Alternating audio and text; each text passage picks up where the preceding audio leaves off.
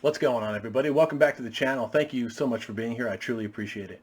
It's been a while since I've done a game hunting gone right video, but this last weekend I had a chance to go to a big city and I scored some great finds, some video games I didn't have. Some of them I've never even heard of.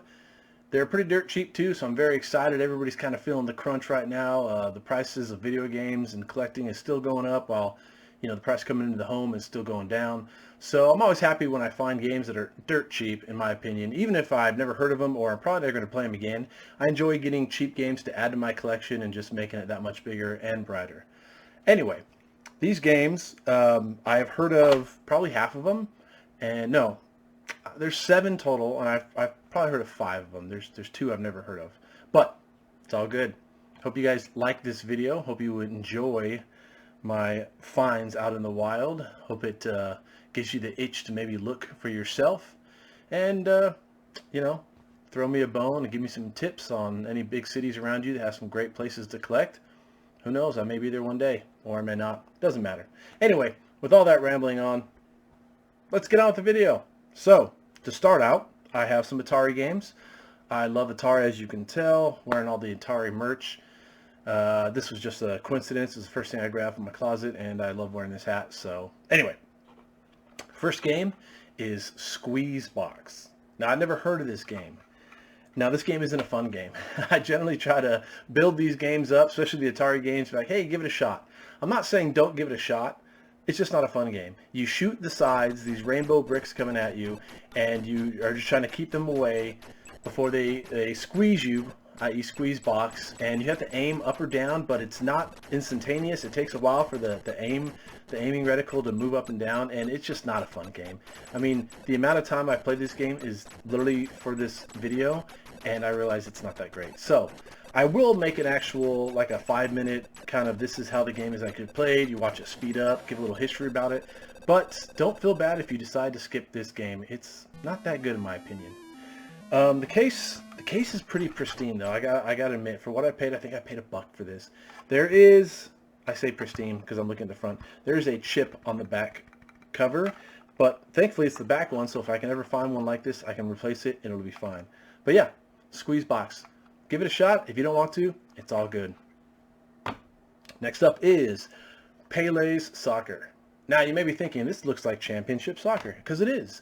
It came out as Championship Soccer.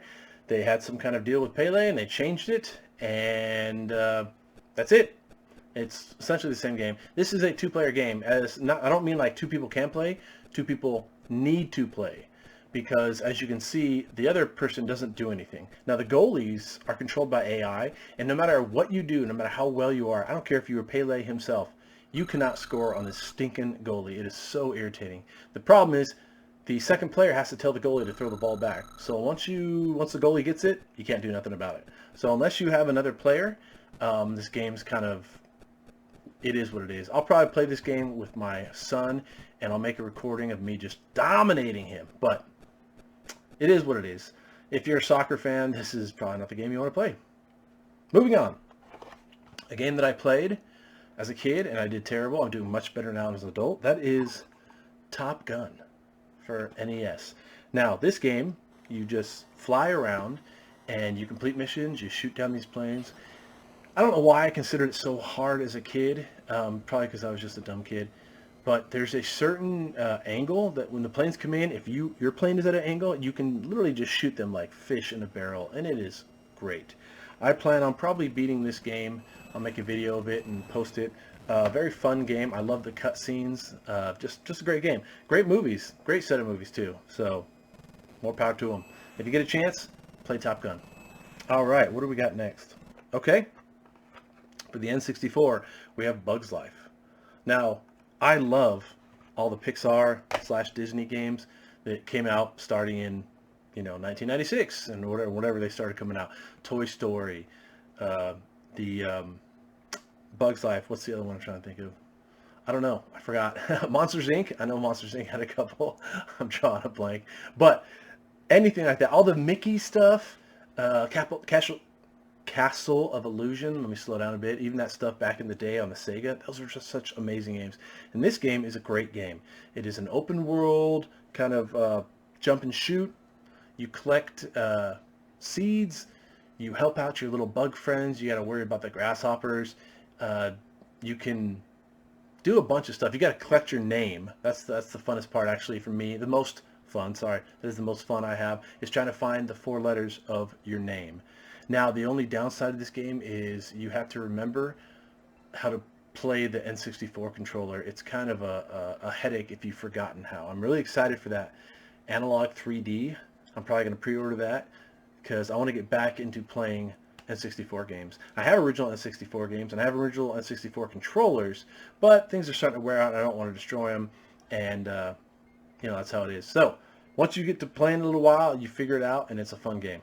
I would tell you, if you've never had a chance to play A Bug's Life on the N64, go ahead and play it if you can get a copy. It is time consuming and time worthwhile.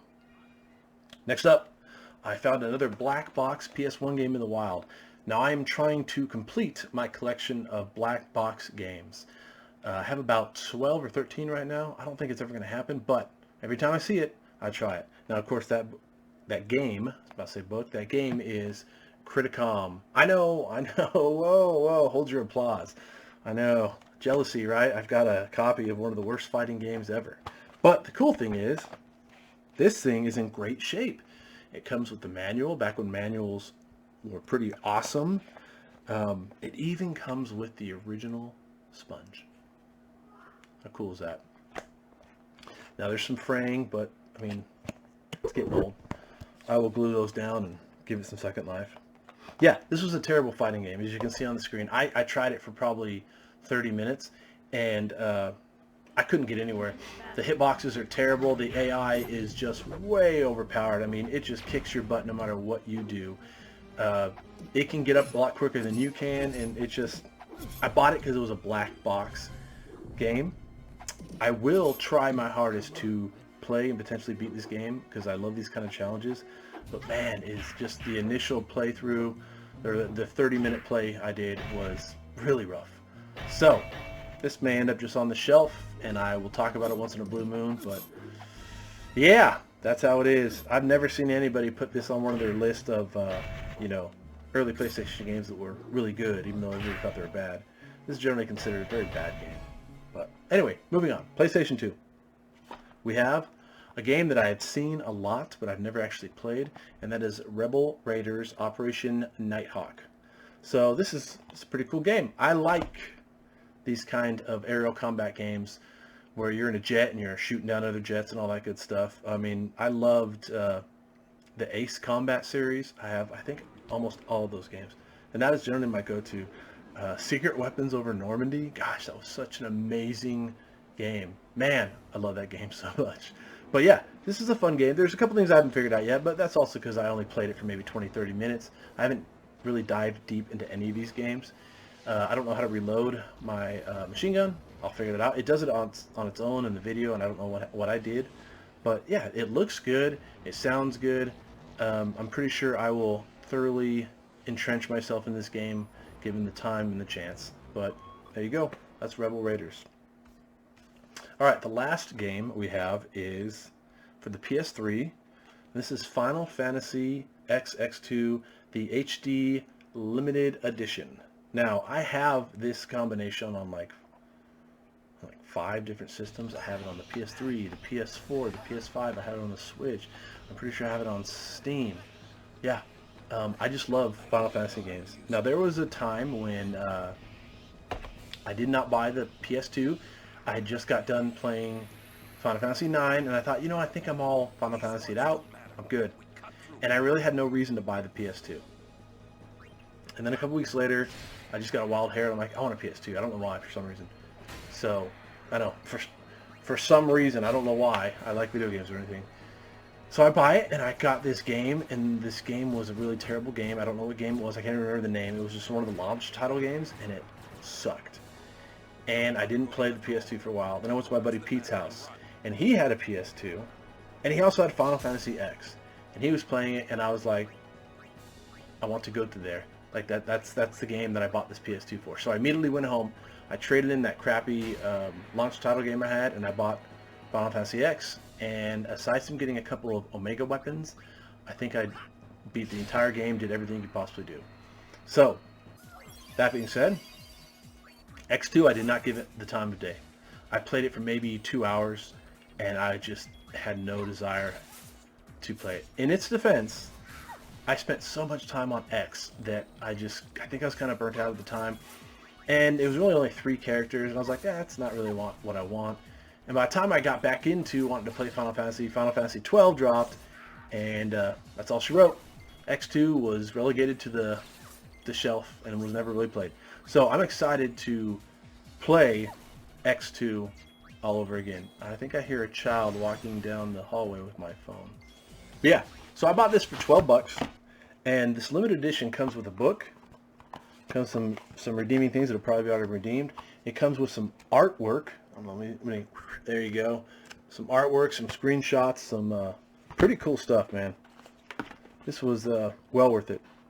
Now I'm probably never going to put this disc in my system. I'm just going to put it on the shelf with all my other collector's stuff and my steel books and all that good stuff. Even though I do own this, like I said, on the PS3, I just love the fact that it was a limited edition and all the extra stuff you get with it. Now, I have some guides. Now, I love guides. I've collected guides since I was a little kid, and I don't really talk about them much because, you know, it is what it is. But I realized I need to start talking about them because they're a pretty big part of my gaming history is guides. I've always collected guides and always walked through them. Brady and the other one, I can't think of the name of it all of a sudden. So I found these at a half-priced books, and they were like $6 a pop, and I'm very excited. The first one, which, you know, it's the World of Warcraft Burning Crusade guide. Now, I've been a huge World of Warcraft player for a long time. I literally started my account the month it came out back in 2004, and I've played on and off since then. My first computer was worse than a potato. It was just junk. And I think in a major city I could get like 8 FPS, and that was amazing. It took a couple years before I finally got a nice rig and I could actually see a game in like 60 FPS. That was mind-boggling. So yeah, I'm looking to, I used to have all the actual disc in the packages with the guides that I have bought, and then for some odd reason at some point I just said, you know what, I don't need these anymore, and threw them away, or I got rid of them, and I regret that. And I've been trying to recollect all the original cases of the expansions in the game itself. So yeah, the next guide I got was Super Mario Galaxy. I had the game. I've never beaten the game, and I may beat the game using this guide. This is a thick fat boy guide. I love big guides. Yeah. So that's it. I'm very happy about this. This was a good collection that I was able to pick up. I'm excited to put these things on the shelf. I'm excited to make a couple videos of these and actually showcase some of these games. Maybe you guys will enjoy it too, and maybe it'll give you desire to want to play some of these games. If it's not, if you don't want to play Criticom or Squeezebox, I get it. No worries. As always, you can reach me at retrobanggaming@gmail.com. Go ahead and let me know. What do you think of this collection? Have you played these games? Do you own these games? What are some games you'd like to see me do videos of in the future? Take some time to play a video game this week. It doesn't have to be any one of these 7 games, but why the heck not? Be good people, be good to those around you, and keep on gaming.